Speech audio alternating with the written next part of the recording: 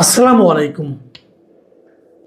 প্রিয় দর্শক, আপনারা জানেন যে অন্তর্বর্তীকালীন সরকার যখন দায়িত্বে ছিলেন, মানে ডক্টর ইউনূসের সরকার, তখন তারা বিভিন্ন সময় বিভিন্ন অধ্যাদেশ করেছিলেন। অধ্যাদেশ মানে হলো গিয়ে আইন, মানে এক একটা সময় এক একটা প্রয়োজনে এক একটা করে আইন করেছিলেন। কিন্তু আইন করার নিয়ম হলো আইনটা করতে হয় সংসদে, কিন্তু সে সময় কোনো সংসদ ছিল না। কাজে সংসদ না থাকলে পরে সংবিধানের 93 ধারায় একটা জিনিস বলা হয়েছে যে রাষ্ট্রপতি অধ্যাদেশ জারি করতে পারেন। অধ্যাদেশ মানে উনি একটা আইনের মতো করেই করবেন, ওটা রাষ্ট্রপতি জারি করবেন। এটা আপৎকালীন সময়ের জন্য, যে ওই সময় যেহেতু কোনো সংসদ নেই, কাজেই উনি এটা করে দিলেন।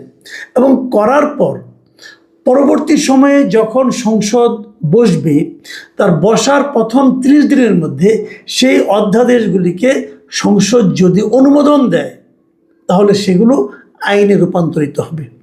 আর যদি সংসদ সেগুলি অনুমোদন না দেয়, তাহলে সেগুলো বাতিল হয়ে যাবে। আরও একটা কথা, যদি পরবর্তী সংসদ বসার পর 30 দিনের মধ্যে সেগুলিকে উপস্থাপনই করা না হয়, সংসদ যদি বলে এগুলি আমরা উপস্থাপন করব না, তাহলেও সেগুলো বাতিল হয়ে যাবে। মোদ্দা কথা হলো সংসদ বসার 30 দিনের মধ্যে সেগুলো ঠিক করতে হবে। তো আমাদের এই সংসদ বসেছে মার্চের 12 তারিখে। মার্চের 12 তারিখে হলে পরে এপ্রিলের 12 তারিখের মধ্যে এগুলোর একটা ব্যবস্থা করতে হবে। এবং 133টা অধ্যাদেশ কিন্তু জারি করেছিল অন্তর্বর্তীকালীন সরকার। তার মধ্যে 98টি অধ্যাদেশ হুবহু বিল আকারে তোলা হবে বলে বলা হচ্ছে। এটা কে বলছে? সংসদের একদম প্রথম দিনই সংসদে একটা কমিটি করে দিয়েছিল, একটা বিশেষ কমিটি গঠন করে দিয়েছিল যে এই যে এতগুলি অধ্যাদেশ আছে, এই বিশেষ কমিটি সেগুলো যাচাই বাছাই করবে। সেই 15 সদস্যের কমিটির মধ্যে বিএনপি ছিল এবং জামাতের এমপিরা, 3 জন জামাতের এমপি ছিল, 12 জন বিএনপির এমপি ছিল। তো এই যে জিনিসটা করা হলো, সেই বিশেষ কমিটি সেখান থেকে বলল যে আমরা 98টা অধ্যাদেশকে যেমন আছে তেমন হুবহু আমরা পাশ করে নেব। তো 98টা চলে গেলে আর থাকলো 35টা। এখন এই 35টার মধ্যে 15টা তারা বলছে আমরা এটা সংশোধিত আকারে সংশ্লিষ্ট মন্ত্রণালয়ের মাধ্যমে বিল আকারে তোলা হবে এইবারে, এই 12 তারিখের মধ্যেই। মানে 15টা অধ্যাদেশকে তারা বলবে যে এগুলো যে যে মন্ত্রণালয়ের জন্য প্রযোজ্য, সেই মন্ত্রণালয় এগুলোকে একটু চেঞ্জ করতে হবে, একটু চেঞ্জ করে এই সময়ের মধ্যে তুলবে এবং সেগুলোকে তারা আইনে রূপান্তরিত করে নেবে। আর থাকলো 20টা।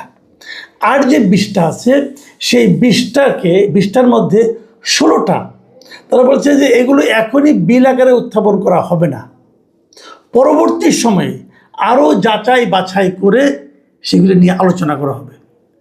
এবং বাকি যে 4টা আছে, ওই 4টাকে তারা বাতিল করে দিয়েছে, এগুলো আমরা তুলবই না, এগুলো নিয়ে আলোচনাই হবে না আপাতত। এখন এই জায়গাটাই হলো মূল প্রসঙ্গ। আমি যদি এই 20টার কথা ধরি, যে 16টা এখনই বিল আকারে উত্থাপন না করে পরবর্তী সময় যাচাই বাছাই করে অধিকতর শক্তিশালী করে নতুন বিল আকারে উত্থাপন করা হবে, সেগুলোতে এখন তাহলে যে সংসদ এগুলি ছিল এগুলি বাতিল হয়ে গেল। আর যে 4টা একদম বাতিলই করে দিল, ওগুলি এখন সংসদে বিল আনয়ন করা হবে না, রহিত করে দেবে, সংসদে বিল তুলবে, এগুলি বাতিল করে দাও, সেগুলো বাতিল করে দেবে। এখন এই 4টা কি? এই 4টার মধ্যে প্রায় সবগুলি বিচার বিভাগ সংক্রান্ত, মানে বিচার বিভাগের স্বাধীনতা নিশ্চিত করার জন্য কয়েকটা অধ্যাদেশ জারি করা হয়েছিল। যেমন সুপ্রিম কোর্টের বিচারক নিয়োগ, সুপ্রিম কোর্ট সচিবালয় অধ্যাদেশ, সুপ্রিম কোর্ট সচিবালয় সংশোধন অধ্যাদেশ, এইগুলি জারি করা হয়েছিল। বেসিক্যালি এগুলোই তারা রহিত করে দিচ্ছে, মানে একদম বাতিল করে দিচ্ছে, এরকম 4টা। এখন এই যে 4টা বাতিল করে দিল, এগুলি বেসিক্যালি কিন্তু বিচার বিভাগের স্বাধীনতার সঙ্গে সংশ্লিষ্ট। এখন তাহলে কি এই সরকার বিচার বিভাগের স্বাধীনতা চায় না? এটা কিন্তু একটা বড় প্রশ্ন। আমরা দেখেছি যে বিভিন্ন সময়ে এই বিচার বিভাগের স্বাধীনতার কথা সবাই বলে, কিন্তু যখন যে ক্ষমতায় যায় সে যে প্রথমেই বিচার বিভাগের স্বাধীনতাকে খর্ব করতে চায়। মানে তারা চায় যে বিচার বিভাগ সরকারের ইচ্ছা মতো চলবে, সরকারের পছন্দ অনুযায়ী বিচারক নিয়োগ করা হবে, সরকার যেভাবে চাইবে সেভাবে রায় আসবে, এই ধরনের একটা আকাঙ্ক্ষা ক্ষমতায় যে যায় তার মধ্যে আমরা এর আগে দেখেছি। শেখ হাসিনাও তাই করেছেন। সুপ্রিম কোর্টের বিচারক কাকে নিয়োগ করা হবে, কী সমাচার, এগুলি সব তাদের ইচ্ছা অনুযায়ী, হাসিনার ইচ্ছা অনুযায়ী হতো, ওভাবে রায়ও আসতে বলে অনেকে বলে থাকেন। তো সেই জিনিসটা অন্তর্বর্তীকালীন সরকার এসে কিন্তু পাল্টে দিয়েছিল যে অধ্যাদেশের মাধ্যমে। সেই অধ্যাদেশগুলো এখনই বাতিল করে দেওয়ার যে মানে কথা বলা হচ্ছে, সেই জিনিসটা কিন্তু আবার এই বর্তমান যে সরকার এসেছে তাদের মন মানসিকতা, তাদের ইন্টেনশনকে কিন্তু কোনো না কোনোভাবে প্রকাশ করছে, এবং এটা নিয়ে ব্যাপক প্রতিবাদ হয়েছে। এবং এই প্রতিবাদ নিয়ে মানে অলরেডি আগামী শনিবার দিন রাজপথেও বিরোধী দল, বিশেষ করে জামাত, এনসিপি এরা রাজপথে নামবে বলে হুমকিও দিয়েছে, কর্মসূচিও দিয়েছে। সম্ভবত এটাই হতে যাচ্ছে এই সরকারের বিরুদ্ধে প্রথম রাজপথের আন্দোলন। এই জিনিসটা সরকার কেন করছে এটা এখন আমার কাছে ক্লিয়ার না, কিন্তু আমি মনে করি এটাকে রহিত করার কোনো দরকার ছিল বলে আমার কাছে মনে হয় না। সরকার এটা করে কার পারপাস সার্ভ করছে অথবা কীভাবে তারা বিচার বিভাগের স্বাধীনতা চায় বলে প্রমাণ করছে, এটা আমি আসলে বুঝতে পারিনি। এর বাইরে যে 16টা তারা পরবর্তী সময়ে উত্থাপনের সিদ্ধান্ত নিয়েছে, তার মধ্যে আছে গুম প্রতিরোধ ও প্রতিকার কমিশনেরই, দুর্নীতি দমন কমিশন, জাতীয় মানবাধিকার কমিশন অধ্যাদেশ, পুলিশ কমিশন অধ্যাদেশ এবং গণভোট অধ্যাদেশ। এগুলিকে তারা বলছে যে এগুলি এখন আপাতত উপস্থাপন করা হবে না, পরে করব আমরা। এখন উপস্থাপন না করা মানে হচ্ছে এগুলো আর কার্যকর থাকছে না।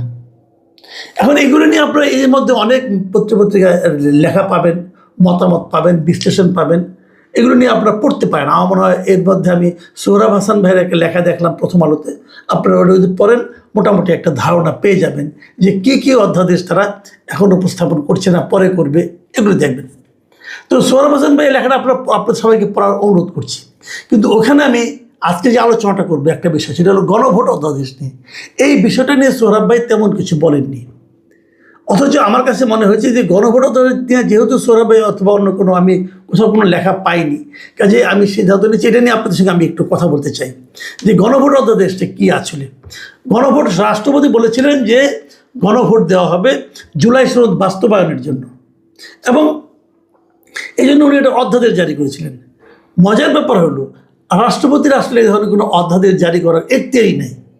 আপনি অধ্যাদেশগুলি পাশ করেন, কোনো সমস্যা নেই, কিন্তু যেটা উনি অধ্যাদেশ করতেই পারেন না, যেটা অধ্যাদেশই হয় না, সেটা আপনি পাশ অথবা বাতিল কীভাবে করবেন?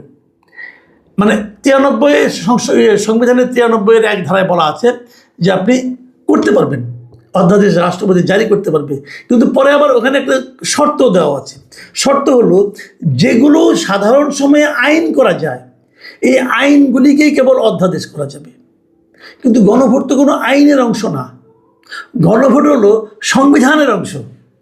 গণভোটটা আগে সংবিধানের মধ্যে ছিল, কিন্তু গণভোট আপনি আইন আগে সিম্পল মেজরিটি দিয়ে গণভোট করা যায় না, মানে গণভোটের বিষয়টাকে নিয়মটাকে পাশ করা যায় না।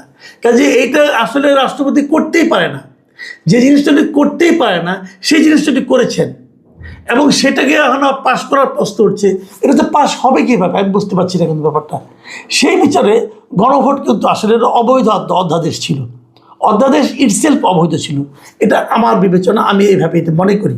তো এখন সেই জিনিসটা যদি পাশ করে নেয় তাহলে এই যে গণভোটটা হয়ে গেল, এটা কিন্তু এক ধরনের বৈধতা পায়।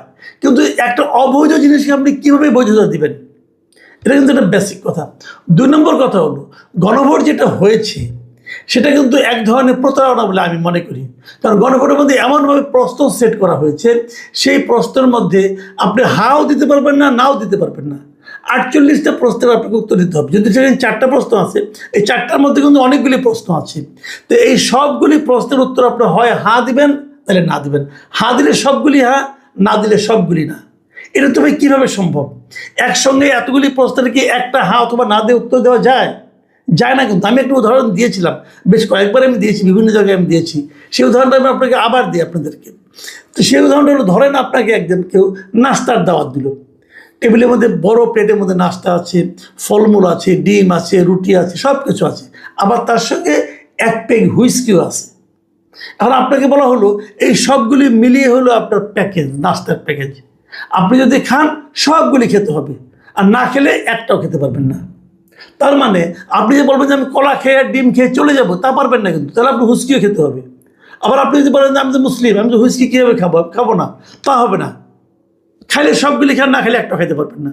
তাহলে হয় আপনি না খেয়ে ক্ষুধার্ত থাকবেন, অথবা আপনি হারাম খাবেন। হিসাবটা কিন্তু এরকম, আমাদের এই গণভোটের প্রশ্নগুলো ছিল এরকম যে কিছু কিছু আপনি মানতে পারবেন, কিছু কিছু মানতে পারেন, আপনি কী করবেন? আপনি ইয়েস দিলে সবগুলো আপনি ইয়েস হয়ে যাবে, আর নো দিলে সবগুলো নো হয়ে যাবে। আমি তো নো দিতে চাই না, কারণ এখানে আমার পছন্দের অনেক কিছু আছে। তো এই যে একটা ক্যারিকেচার, এটা জনাব আলী রিয়াজ, ডক্টর ইউনূস এরা বানিয়ে রেখে গেছিল যে আমাদেরকে বিপদে ফেলানোর জন্য। এবং অনেকে বলে, যেমন আজকে অনেকে বলছেন, আমি দেখলাম অনেক লিডার, পলিটিক্যাল লিডাররা বলছেন যে বিএনপি তো হা দিতে বলেছিল। হ্যাঁ বলেছিল, কিন্তু আপনাকে মনে রাখবেন, আমি মনে করি যে বিএনপিকে আসলে হা বলতে বাধ্য করা হয়েছিল। এটা ওয়ান কাইন্ড অফ ব্ল্যাকমেলিং ছিল। ব্ল্যাকমেলিং এই কারণে, তখন যদি বিএনপি বলতো যে আমি না ভোট দেন, তাহলে সবাই মিলে বলতো কি, এই যে জামাত, আপনার এনসিপি, এরা কি বলতো, ওনারা জুলাই চেতনা চায় না। জুলাই সনদে স্বাক্ষর করছে, কিন্তু তারা জুলাই চেতনাকে অস্বীকার করে। আমি আপনাদের একটা কথা বলি কেবল, দেখেন আমাদের 2024 যে আন্দোলনটা হয়েছিল, সে আন্দোলনের সময় মানুষের মধ্যে যে চিন্তাটা কাজ করেছিল, যে আকাঙ্ক্ষাটা কাজ করেছিল, সে আকাঙ্ক্ষাকে পরবর্তী সময়ে জুলাই চেতনা বলা হয়েছে। জুলাই চেতনা আন্দোলনের সময় কেউ বলতে পারবে না যে কেউ একজন লোক আন্দোলন করার সময় ভেবেছিল যে আমরা একটা সংস্কার করব। তারা ভেবেছিল আগে হাসিনা সরকারের পতন হোক, জাস্ট পতন চেয়েছে, আর কিছু না। কিন্তু পতন হয়ে যাওয়ার পর যারা নাকি সে আন্দোলনের সামনে ছিল এবং নিজেদেরকে তার সিপাহসালাহ বলে দাবি করেছিল, তারা বলছে যে আমরা একটা সংস্কার চেয়েছি, এবং একটা সংস্কার আমিও চেয়েছি। আমি মনে করি একটা সুযোগ যখন পাওয়া গেছে একটা সংস্কার হোক বলেছি আমরা, কিন্তু সেই সংস্কারটা চেহারা কি করলে সেই সংস্কারটা হবে সেটা কিন্তু আমরা কেউ জানতাম না। ওটা হলো ডক্টর আলী রিয়াজের নেতৃত্বে কিছু ভাড়াটে বুদ্ধিজীবী এবং কিছু এনজিও কর্মী, এরা এসে একটা সংস্কার কর্মসূচি বানিয়েছে ডক্টর মোহাম্মদ ইউনূসের সহযোগিতায়, এবং বিপুল অর্থ ব্যয় করেছে, বিপুল সময় ব্যয় করেছে। এই সময়টা ডক্টর ইউনূস ব্যয় করেছেন কত বেশি দিন থাকা যায় সেই পরিকল্পনাকে সামনে রেখে। পুরা জিনিসটাই ছিল মতলবী। কাজে আমি মনে করি আন্দোলনের চেতনা আর আন্দোলনে বিজয়ের পর এই ছাত্র নেতৃত্বদের দ্বারা ঘোষিত জুলাই চেতনা এবং জুলাই সনদ, এই তিনটা কিন্তু এক না, তিন জিনিস। জুলাই সংস্কার মানে জুলাই সনদ মানেই যে সব ভালো কিছু সংস্কার হয়ে যাচ্ছে, তাও কিন্তু না। কাজেই এখানে যেভাবে বলা হচ্ছে ঠিক এভাবে এটা বিচার করলে চলবে, অতি সরলীকৃত ব্যাখ্যা এই বিচার হয়ে যাবে। যাই মনে করি এগুলো নিয়ে আমাদের আরও পড়াশোনা করা দরকার আছে। আমি নিজে গণভোটটাকে কখনোই সাপোর্ট করিনি, এখন দেখতেছি গণভোট এরাও বাতিল করতেছে, এটা একটা ভালো দিক। আমি মনে করি গণভোটটা এভাবে হওয়া উচিত না, এবং গণভোটের এই জিনিসটাকে এই গুরুত্বই দেওয়া উচিত না, এটা আমি মনে করি। আবার উল্টার দিকে এই যে বিচার বিভাগের ব্যাপারে সরকার যে সিদ্ধান্ত নিয়েছে, এটাও আমি পছন্দ করছি না। এতে সরকারের ইন্টেনশনটা যে খুব একটা ভালো না সেটা মনে হচ্ছে। প্রিয় দর্শক, আগামী দিনগুলিতে আমি সবাইকে বলবো যে এমন কিছু করবেন না যাতে নাকি আপনাদের দলীয় যে চিন্তা, দলীয় যে মতলব, সেটাই যেন প্রাধান্য পাচ্ছে, এমন কিছু প্লিজ করেন না। দেশের মানুষের কথা একবার ভাবেন। দেশের মানুষ আপনাকে আজকে ভোট দিয়েছে, কালকে কিন্তু ভোট নাও দিতে পারে, এগুলো মাথায় রাখেন।